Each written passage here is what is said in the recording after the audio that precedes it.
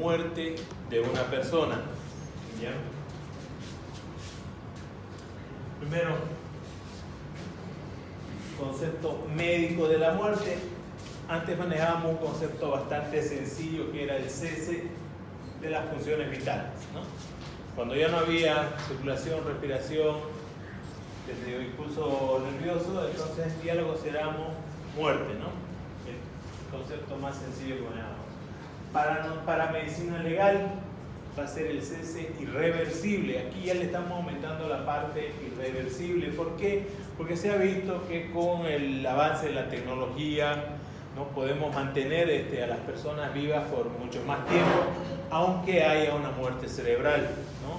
Aunque el cerebro esté totalmente dañado, nosotros podemos mantener funcionando los pulmones y el corazón, ¿no?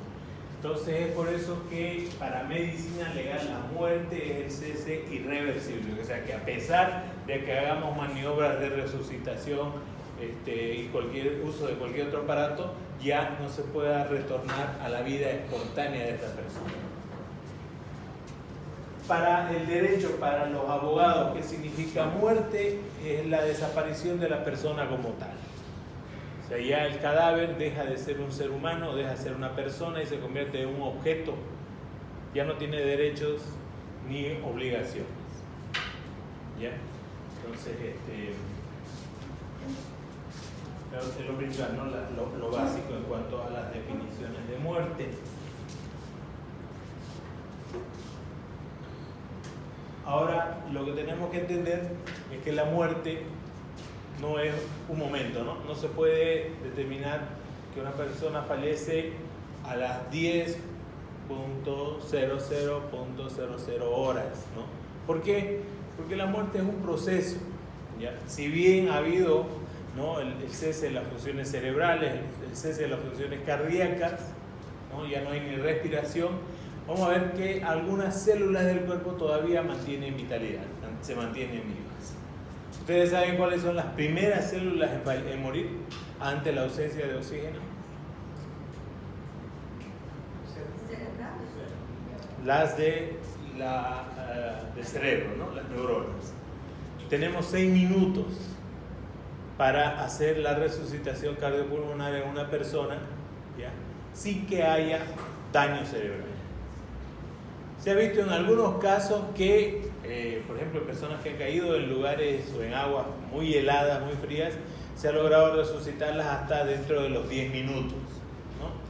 Pero a partir de los 6 minutos ya se considera que existe un daño cerebral. O sea que tal vez podamos resucitar a una persona después de los 6 minutos, pero ya va a haber un compromiso en alguna de las funciones nerviosas, ¿ya? Entonces, la primera célula en morir ante la ausencia de oxígeno son las neuronas. Y las últimas en morir son las células musculares, del músculo esquelético, ¿no?, que pueden llegar a sobrevivir, ¿no?, incluso hasta horas después de la muerte o el cese de las funciones del resto del cuerpo, ¿ya? Es por eso que la muerte se considera un proceso, ¿ya? Vamos a tener una muerte aparente, que es la suspensión temporal o transitoria de las funciones vitales, las más importantes, ¿no? El ABDS o el ABS, ¿no? Circulación, ventilación y las funciones cerebrales, ¿no? Y vamos a tener una muerte real cuando todas estas están abolidas definitiva e irreversiblemente. Entonces, ahora se han hecho muchos adelantos en el tema de muerte cerebral, por ejemplo. Hay factores que se deben cumplir para considerar la muerte cerebral. ¿Esto por qué? ¿Qué pasa cuando determinamos muerte cerebral en una persona?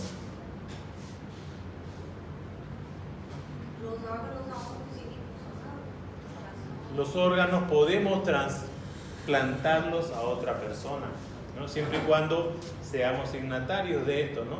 En algunas personas, en algunos países, incluso aquí tenemos personas que son donantes voluntarias de órganos. Entonces, cuando se determina la muerte cerebral en estas personas, se los prepara inmediatamente, se los lleva a un quirófano para poder extraer estos órganos y mantenerlos con vitalidad para que se le pueda trasplantar a otra persona. ¿Ya? Es importante ahí conocer cuáles son los requerimientos, cuáles son los factores que nos permiten hablar de una muerte cerebral.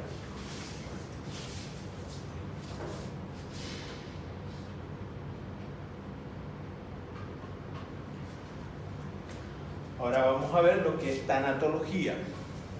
Si ustedes buscan en el internet tanatología, hay dos tipos de ciencias.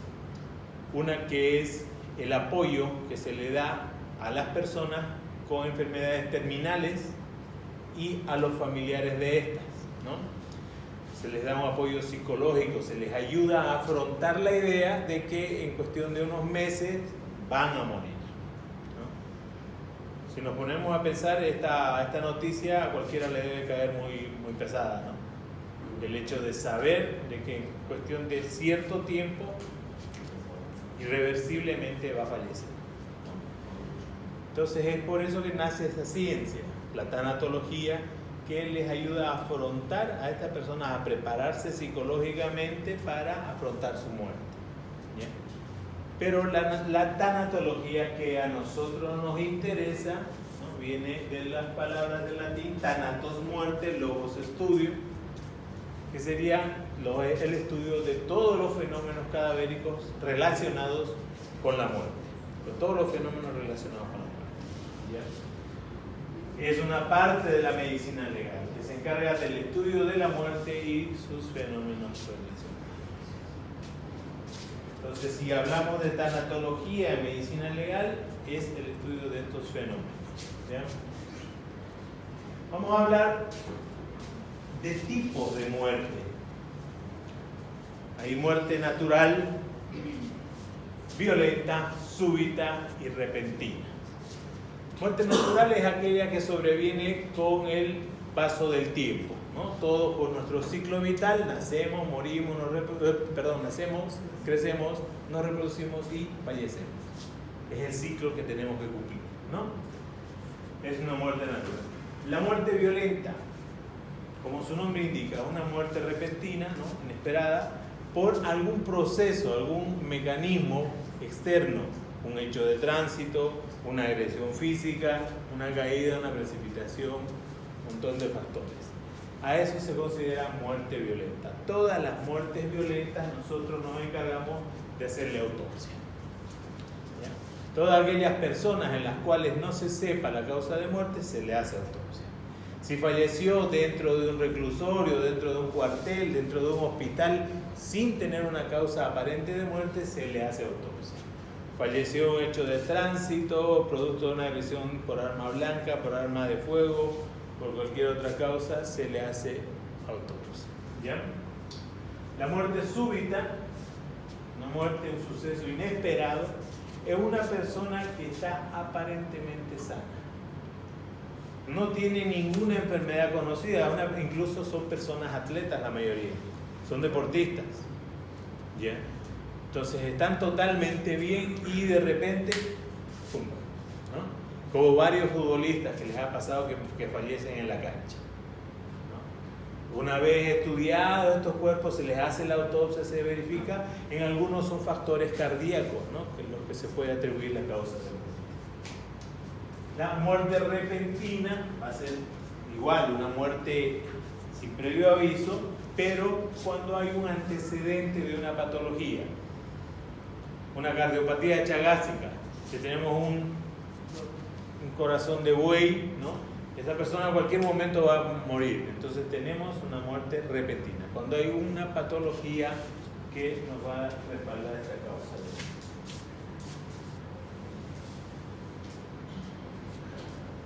Formas de muerte: natural,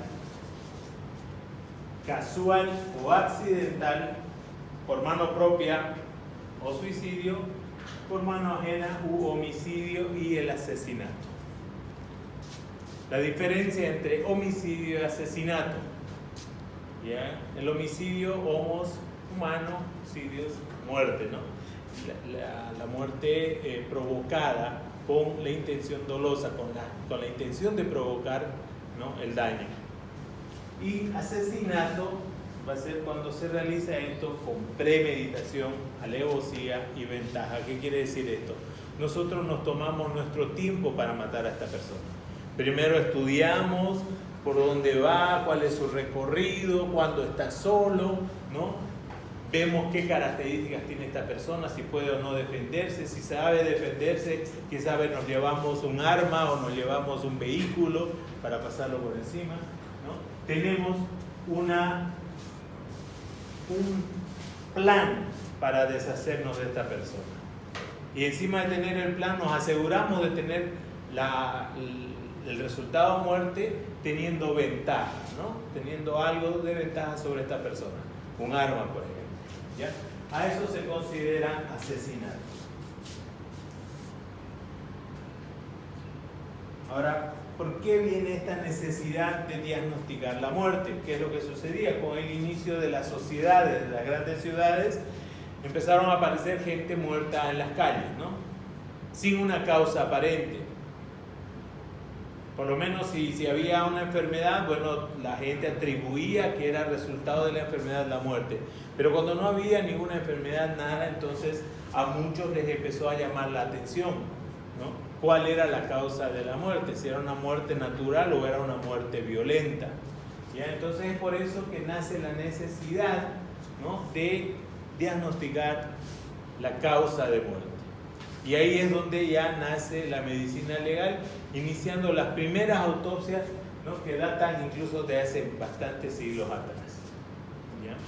Que ya se realizaban, incluso en el Código de Hammurabi ya se habla sobre prácticas en cadáveres, ¿no?, sobre la realización de autopsias en cadáveres. La presión social, la necesidad de la gente por saber cuál era la causa de la muerte, ¿no? Las inhumaciones prematuras, había muchos casos en los cuales se han enterrado a personas vivas, ¿no?, que aparentemente tenían ausencia de signos vitales, las enterraban y después ya se daban cuenta de que esta persona estaba viva, ¿no? Muy tarde ya, porque eran exhumaciones posteriores en las cuales veían huellas dentro del ataúd de que esta persona quiso salir, ¿no? Es por eso que hay un tiempo indicado por ley en nuestro entorno, en nuestro medio. Se espera por lo menos unas 24 o 48 horas para poder enterrar a esta persona. Y es lo que le llaman el velatorio, ¿no? La tienen a la persona ahí con el cuerpo presente, velándola por un día aproximadamente, unas cuantas horas, y después de esto recién la pueden enterrar. Ahora, según el avance de la ciencia, para lograr el mantenimiento de los signos vitales, ¿no? Por eso les digo que nace la teoría de la muerte cerebral, ¿no? Porque se puede mantener a una persona con las funciones vitales enchufada a un respirador, enchufada a equipos de terapia intensiva principalmente. Los estados de muerte aparente, hay muchas patologías en las cuales al ojo humano o al oído humano puede aparentemente estar abolidos los signos vitales, ¿no? Para eso es que necesitamos el uso de ciertos equipos o monitores multiparámetros. Y es necesario establecer el punto de no retorno. ¿Qué quiere decir esto? El punto en el cual nosotros, a pesar de que hagamos lo que hagamos, tengamos los mejores equipos de resucitación y esta persona ya no va a volver a la vida. Ese es el punto de no retorno.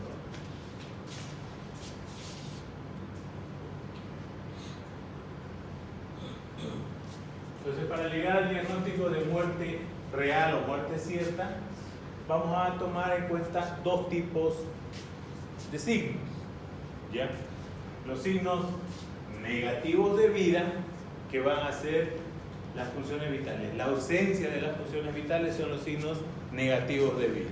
Si una persona no está respirando, ¿no? Si una persona no se le escucha el latido cardíaco, ¿no? Esos son los signos negativos de vida. Y vamos a tener los signos positivos de muerte. Los signos positivos de muerte son los que vamos a llamar fenómenos cadavéricos.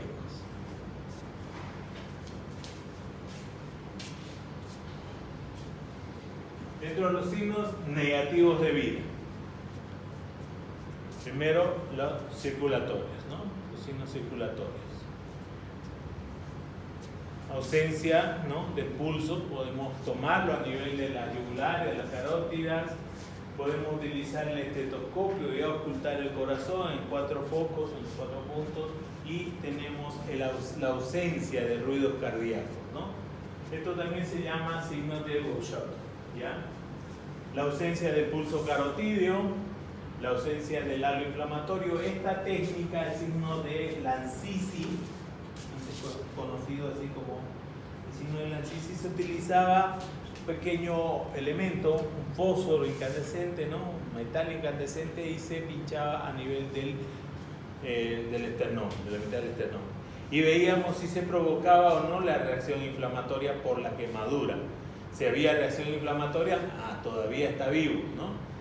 Pero esto ya ha pasado al desuso, ¿no? Ya no es necesario, porque ahora ya tenemos equipos con los cuales ya se puede hacer el diagnóstico de esta muerte, ¿no? Ausencia del impulso sistólico, de la corriente sanguínea. Esto es con el manguito para ver la presión sanguínea.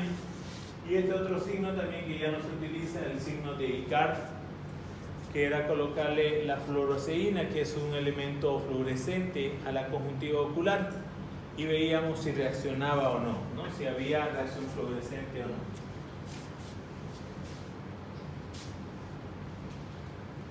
Los signos respiratorios, los negativos de vida, que son los grupos de los signos respiratorios, sería la ausencia del murmullo vesicular, ¿no?, de la ausencia de los ruidos que provoca el aire al ingresar a los alvéolos pulmonares. Entonces, de igual manera, tomamos el estetoscopio y ocultamos en ambos campos pulmonares, tratando de ubicar el ruido que produce el aire al pasar a los pulmones, ¿no? La ausencia del soplo nasal o del signo de Winslow.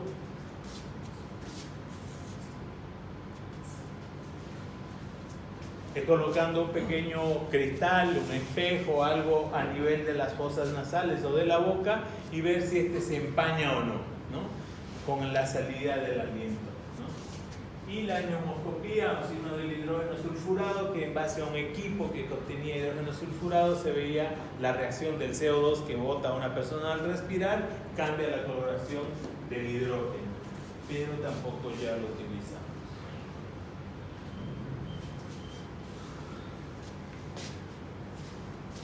Dentro de las funciones nerviosas,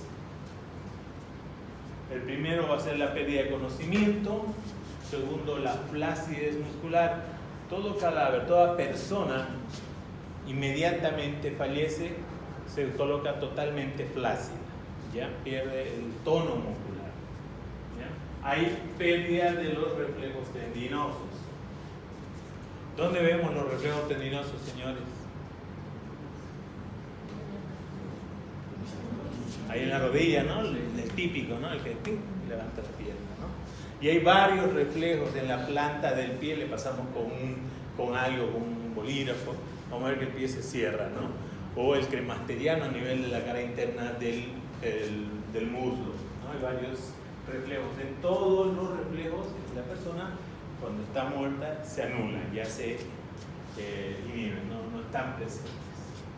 Relajación de esfínteres es propia de los cadáveres, ¿no?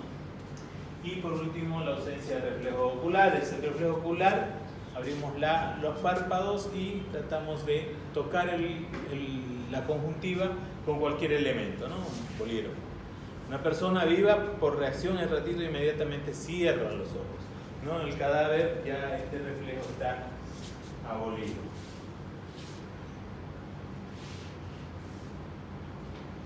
Y ahora los reflejos positivos o los signos positivos de muerte. Y lo vamos a dividir otra vez en dos: los fenómenos cadavéricos tempranos y los fenómenos cadavéricos tardíos. Los tempranos, enfriamiento, las livideces, la rigidez y el espasmo cadavérico.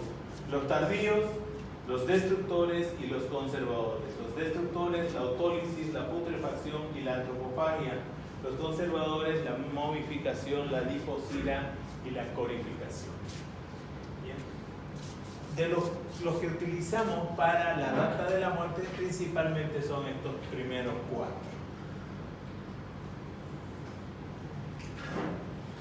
Vamos a hablar sobre la acidificación tisular. ¿Qué es lo que pasa cuando una persona fallece? Entonces se detiene todo el metabolismo. ¿Ya? Habíamos visto que cuando hay una ausencia de oxígeno, las células empiezan a trabajar con metabolismo anaerobio y hay la formación de ácido láctico y esto acidifica el tejido.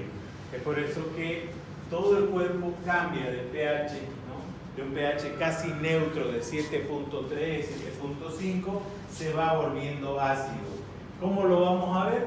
Mediante el signo o la técnica de Lecha-Marzo, que es colocar un papel tornasol, un papel que reacciona con el pH, se coloca a nivel de la conjuntiva ocular, se lo moja con las lágrimas y el papel va a cambiar, ¿no? De un color neutro a un color ácido, que es una coloración medio rojiza. ¿Ya? Entonces, así es como se ve, ¿no? La reacción de acidificación tisular. El enfriamiento. El enfriamiento cadavérico igual se debe al cese de las funciones. Cuando ya no hay metabolismo, no hay que mantenga caliente el cuerpo. Entonces vamos a tener un enfriamiento a nivel que pasa el tiempo. Vamos a ver que las primeras 2 horas de muerto de una persona no hay cambios. Las primeras 2 horas no hay absolutamente ningún cambio en la temperatura del cuerpo. ¿Por qué? Porque algunas células todavía siguen trabajando, todavía siguen con el metabolismo activo y mantienen todavía el calor del cuerpo. Pasadas las 2 horas ya empieza a caer la temperatura. ¿Ya? Después de las primeras 2 horas vamos a tener que baja 5 o 0,5 grados, la mitad de un grado, las primeras 4 horas. Si cada hora baja 0,5, en las primeras 4 horas, ¿cuántos grados va a bajar? 2, ¿no? 2. ¿Ya? Entonces, si nuestra temperatura normal es 36,5, a las 6 horas, ¿cuánto vamos a tener? 34,5. ¿Ya? Las primeras 2 horas no se modifican. Luego bajamos la mitad de un grado centígrado cada hora, las primeras 4 horas. Entonces, a las 6 horas vamos a tener 34,5. Posterior a esto, vamos a bajar 1 grado centígrado dentro de las siguientes 6 horas. ¿Ya? O sea que si nuestro cuerpo está a 32,5, ¿cuánto tiempo habrá pasado de que ha muerto esta persona?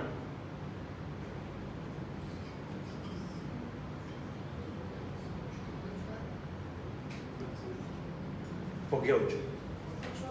Está bien, 8. ¿Ya? Ahí tienen que hacer un poco de ejercicio mental y volver un poquito a la matemática. Hemos dicho que las primeras 2 horas no hay cambios. Las siguientes 4 horas solo va a bajar 2 grados. Entonces, a las 6 horas de 36,5 baja a 34,5. Y a partir de ahí, 1 grado por hora. Si tenemos 33,5 serán 7 horas. Si tenemos 32,5, 8 horas. Si tenemos 31,5, 9 horas. ¿Ya? Es simplemente un poco de matemática. En el examen va a haber una pregunta relacionada con esto. Yo les voy a decir, el cuerpo está con 31 grados de temperatura. ¿Cuánto tiempo pasó?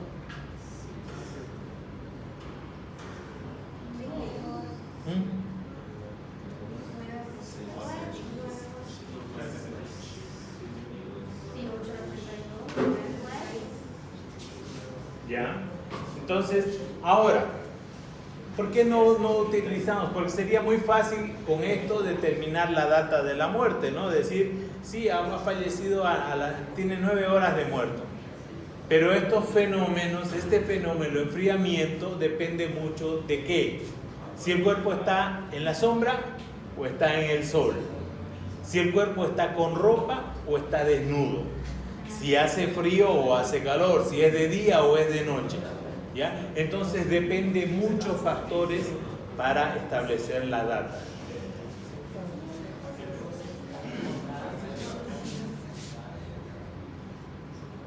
Entonces, ¿Y si muere la nieve? perdón, Si muere. igual baja mucho más rápido, inclusive ya las primeras 2 horas va a haber descenso porque estamos en un ambiente muy frío, ¿no? Y el cuerpo se enfría hasta igualar la temperatura ambiente. Más allá ya no va a enfriar tampoco, ¿no? Entonces, en un medio como aquí, como en Santa Cruz, que la temperatura ambiente es elevada, imagínense unos 40 grados, en vez de bajar la temperatura de ese cuerpo va a subir, ¿no? Por eso es que empiezan los fenómenos cada vez más rápidamente también, ¿ya? Otro fenómeno en el que nos basamos para determinar el tiempo de muerte es la deshidratación. ¿Alguien vio un cadáver? ¿Ha visto algún cadáver alguien?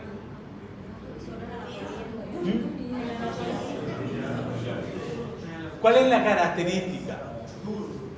Ya, otra característica que van a ver, si tenemos la oportunidad de visitar morgue, ustedes van a ver en un cadáver fresco, así haya muerto hace unas 4 o 3 horas, ya el brillo de los ojos desaparece.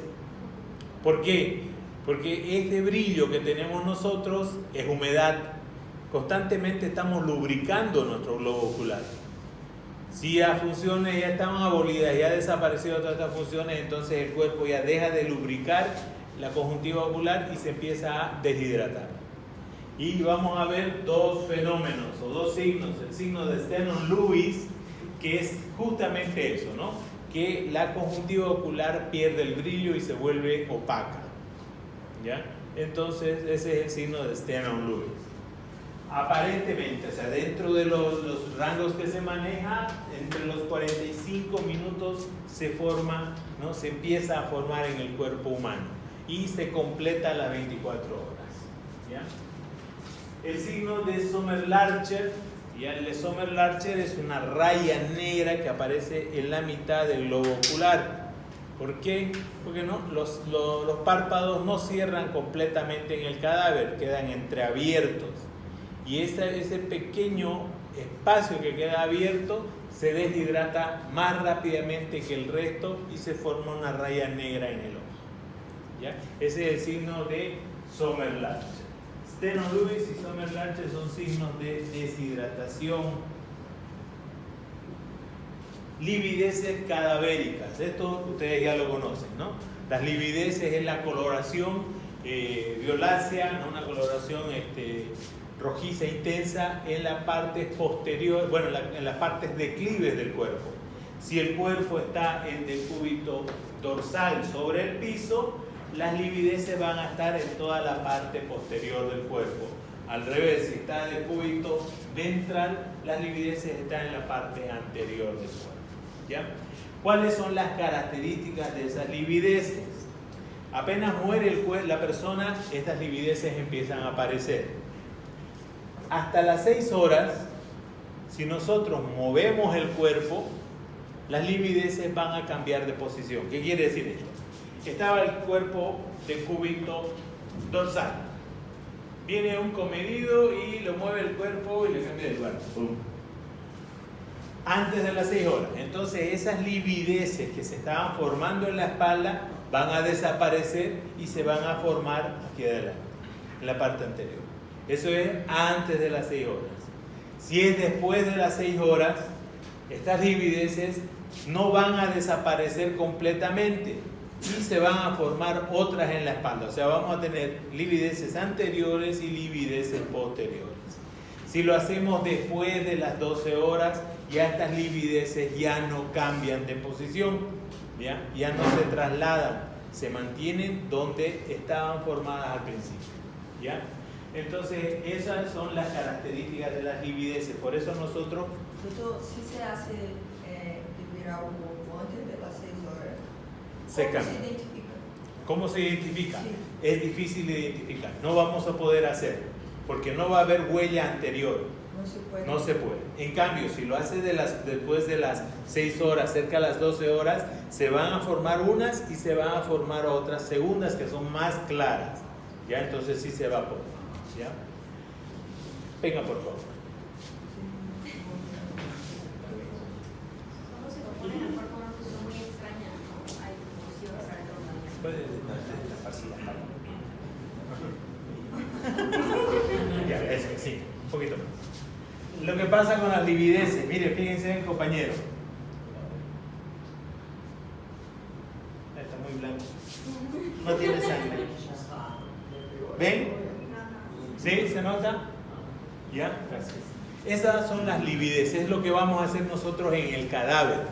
Presionamos con el dedo y luego quitamos. Si queda totalmente blanco como quedó en él, entonces es un cadáver recién, antes de las 6 horas. Si presionamos y si pierde, pero no totalmente, es más claro, pero no es totalmente blanco, ya estamos sobre las 12 horas. Si presionamos y no hay ningún cambio, estamos cerca a las 24 horas. ¿Ya? Esto de igual manera tiene muchos factores que lo alteran. Primer factor, imagínense que esta persona murió por un shock hipovolémico, por una lesión cortopunzante a nivel del cuello. Entonces perdió mucha sangre. No se forman las livideces, o si se forman son muy tenues, no se notan claramente por una anemia. En los cadáveres que han sido sumergidos en líquido, la sangre se hace más, se diluye, se hace menos intenso el color, entonces las livideces tampoco se notan mucho. Si esta persona muere por una intoxicación con CO2, el color de las livideces cambia. Se cambia de un color violáceo a un color rojo cereza. ¿Ya? Entonces hay muchas alteraciones en la formación de las livideces. ¿Ya? Rigidez cadavérica. La rigidez cadavérica es cuando el cadáver se pone totalmente rígido. ¿Ya? La rigidez cadavérica o rigor mortis se inicia a nivel de los músculos de la masticación, ¿ya? Los maceteros. Entonces, cuando una persona ha muerto recientemente, nosotros movemos la mandíbula, ¿no? Si está dura o está blanda todavía. ¿Ya? Y luego posteriormente de esto pasa al cuello, al tronco y por último los miembros superior y inferior. ¿Ya? El cuerpo se pone totalmente rígido a las 24 horas de haber fallecido. Podemos colocar 2 sillas y el cuerpo ahí, ¿no? Y se mantiene como una tabla. ¿Ya? Nosotros también valoramos esto para determinar data de muerte. Y jugamos a las pulsetas con el cadáver. Vemos si podemos doblar el brazo del cadáver, porque generalmente está así, extendido. Entonces tratamos de doblar el brazo. Si logramos doblarlo, estamos antes de las 12 horas de muerto. Pero si a pesar de intentarlo no se logra doblar, estamos cerca a las 24 horas de que ha fallecido. ¿Ya? Esto también está alterado por muchos factores. Si esta persona murió por una infección, por una hipertermia, entonces se va a ver acelerado. Si el lugar donde está este cuerpo hace demasiada calor, va a estar acelerado. Si esta persona murió por ahogamiento, va a durar mucho más tiempo rígido. ¿Ya?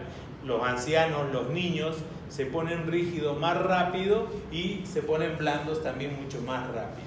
¿Ya? Entonces, ninguno de estos fenómenos que les estoy hablando, fenómenos cadavéricos, son totalmente exactos. ¿Qué es lo que hacemos nosotros? Hacemos una suma de todos los fenómenos, tomamos en cuenta todos los fenómenos y tratamos de sacar un punto intermedio, una data aproximada de muerte. Por eso es que la data aproximada de muerte nosotros la ponemos con margen de hora, de 2 a 4 horas, de 4 a 6, de 6 a 8, ¿no? Cuando estamos dentro de un día. Ya pasado los 2 a 3 días ya hablamos en días, ¿no? Antes podríamos decir 24, 48, 36 horas. Ya después de eso hablamos en días, ¿no? 2, 3 días, 4 días, por último en semanas y luego en meses y por último años.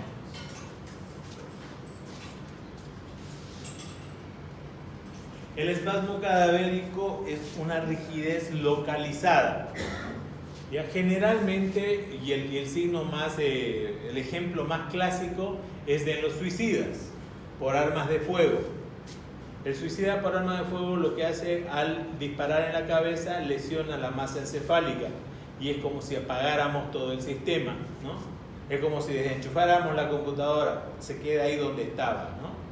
Entonces, si no hemos guardado nuestro trabajo, se pierde totalmente, ¿verdad? Lo mismo pasa con el cuerpo humano. Si hay una lesión a nivel del sistema nervioso central, se queda en la función que estaba realizando. Entonces, el cuerpo estaba empuñando el arma y apuntando a la cabeza. Se dispara y el brazo queda en esa posición y la persona queda empuñando, agarrando el arma muy dura, ¿no? Es rígido esto. Entonces, si nosotros tratamos de quitarle el arma, nos cuesta, ¿no? Es por eso que en muchos de los suicidios vamos a encontrar que el arma la tiene agarrando la persona. Es muy raro aquel que suelte el arma, ¿ya? Lo mismo sucede en personas que han sufrido hechos de tránsito y han tenido lesión a nivel de la masa encefálica, ¿no? Lo van a ver a los cuerpos que los sacan sentados, tal y como estaban en su asiento, igual quedan sentados cuando están muertos. Las personas que mueren en incendios también. Ese es el espasmo cadavérico. Luego vamos a ver los fenómenos tardíos, los destructores tardíos. La autólisis, la putrefacción y la antropofagia. La autólisis es el daño o la destrucción a sí misma del cuerpo. El cuerpo se empieza a destruir, ¿no? Por ejemplo, a nivel del páncreas, que es donde más se contiene, en mayor cantidad están las enzimas digestivas, empieza a liberar las enzimas digestivas y empieza a digerir prácticamente todo el cuerpo, ¿ya? Lo mismo hay a nivel del estómago, a nivel del tracto digestivo, que tenemos esta formación de la autólisis. Esto se produce por las enzimas del propio cuerpo, ¿ya? En cambio, la putrefacción, esto es gracias a la flora bacteriana. Como ustedes saben, en toda nuestra superficie corporal por dentro, nosotros tenemos bacterias, ¿no? No somos totalmente asépticos. Siempre en la boca hay bacterias, en el tracto digestivo hay bacterias, en la superficie de la piel tenemos bacterias. Entonces, ¿qué es lo que sucede cuando la persona muere? Estas bacterias, al ya no haber la función de defensa del cuerpo, empiezan a proliferar, empiezan a aumentar su población, ¿ya? Y vamos a ver que el cuerpo empieza a podrirse por la acción bacteriana. Por último, la antropofagia cadavérica. La antropofagia cadavérica es el efecto, la acción de comer el cuerpo por los insectos o por los animales, ¿ya? Ustedes, si dejan un poco de carne fuera del refrigerador, ¿no?, van a ver que a las pocas horas ya hay presencia de gusanos en la carne, ¿no? Lo mismo pasa con el cuerpo. Los primeros insectos en llegar al cuerpo humano son los dípteros. Los dípteros son la familia de las moscas, ¿ya? Y la principal, la más común, la Calífora vicina, que es la mosca común, que es la primera en acercarse al cuerpo. Estas moscas lo primero que hacen es depositar sus huevos a las pocas horas ya de haber colocado los huevos. Ya vamos a ver pequeños gusanitos, que son las larvas. Estos gusanos se encargan de comer todo el tiempo de la materia muerta.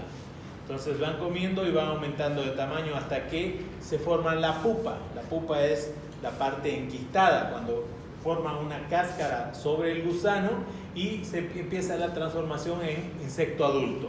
Esta pupa se abre y sale una mosca adulta, ¿ya? Entonces ese proceso lo van repitiendo las moscas dependiendo su turno de llegada. Tienen un turno específico para ir invadiendo el cuerpo. Una vez que pasan los dípteros, vienen los coleópteros o los escarabajos, que también tienen el mismo proceso, ¿ya? Entonces hay una ciencia, la entomología forense, que hace el estudio de estos insectos, ¿no? Pone cadáveres en distintos lugares y trata de identificar qué insectos son los que proliferan más en distintos lugares.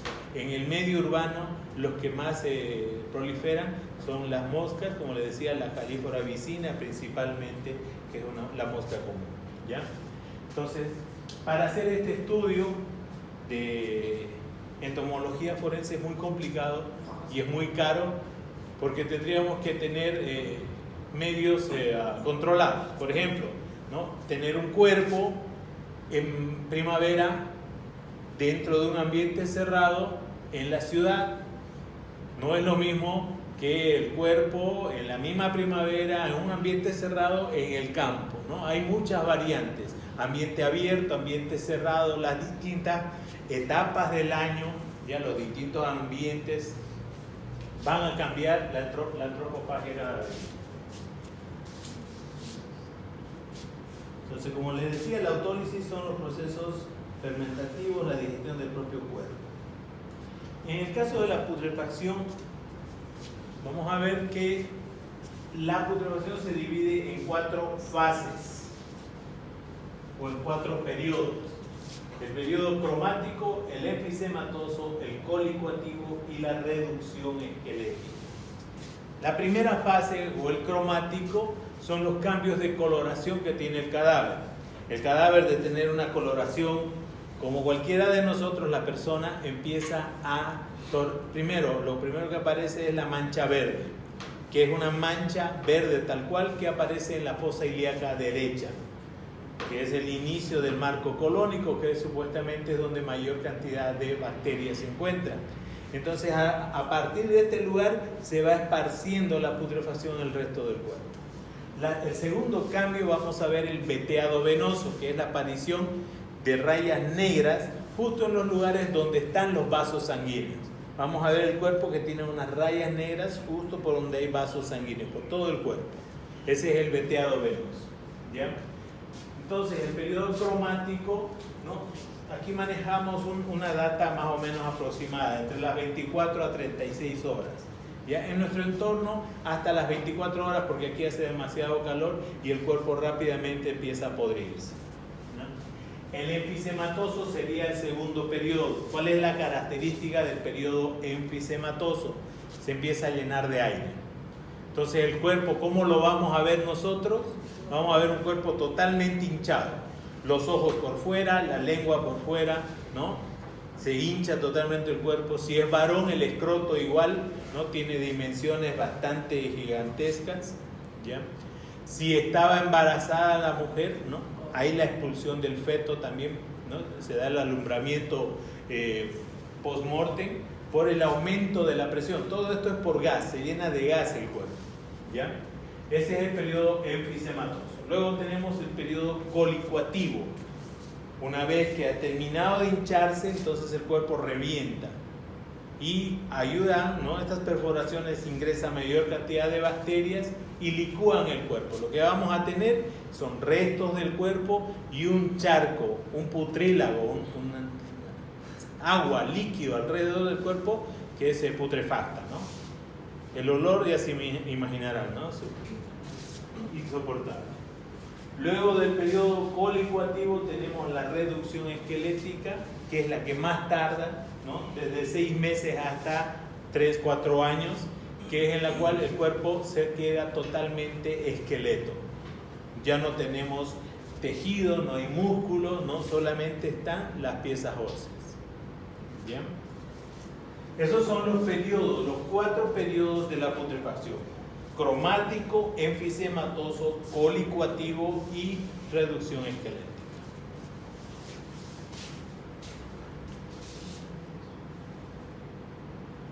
La antropofagia se da, como les decía, por los insectos, que los estudia la entomología forense, o por animales.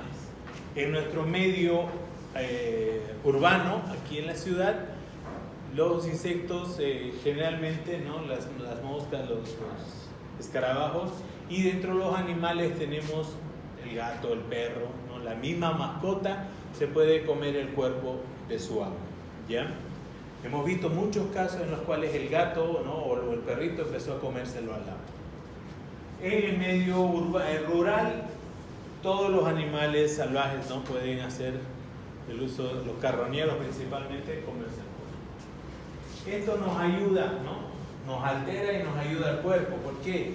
En muchos lugares hemos encontrado cadáveres en el campo, ¿no? En áreas muy remotas.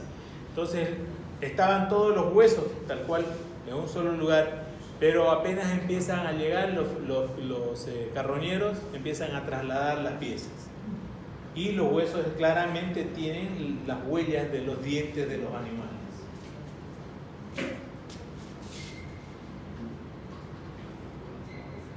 Preguntas, señores.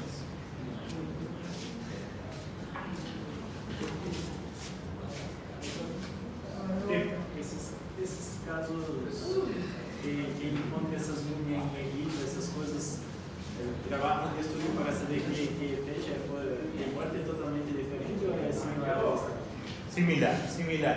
El estudio que hacemos nosotros para tratar de determinar la data de la muerte es muy similar, ¿no? Nos basamos en todos los fenómenos cadavéricos y también en el momento de la putrefacción. ¿Ya?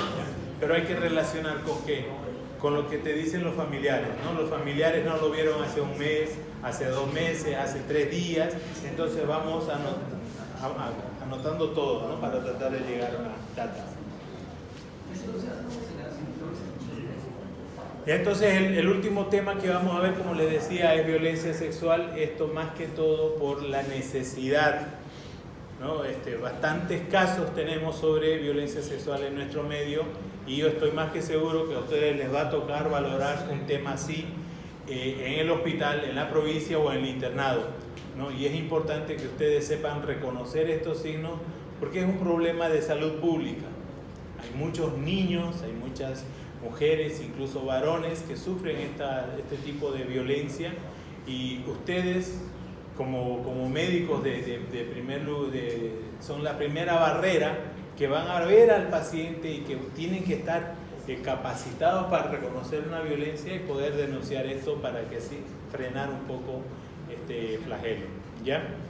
Entonces nos vemos la próxima clase, señor. Sí. Entonces en la siguiente semana ya no va a tocar el examen práctico, va a ser otra cosa. A ver, ahora eso que tenemos que ponernos de acuerdo. Lo hacemos como el segundo parcial, ¿no es cierto? Primero damos el teórico con el grupo que le toca. Por ejemplo, ahora, ¿no? Viernes dan el teórico y el primer grupo el práctico. Y a la siguiente semana, que les tocaría miércoles, da el segundo grupo el práctico. Es que, ¿qué va a pasar? Es que en la siguiente semana ya sería para todos los exámenes prácticos.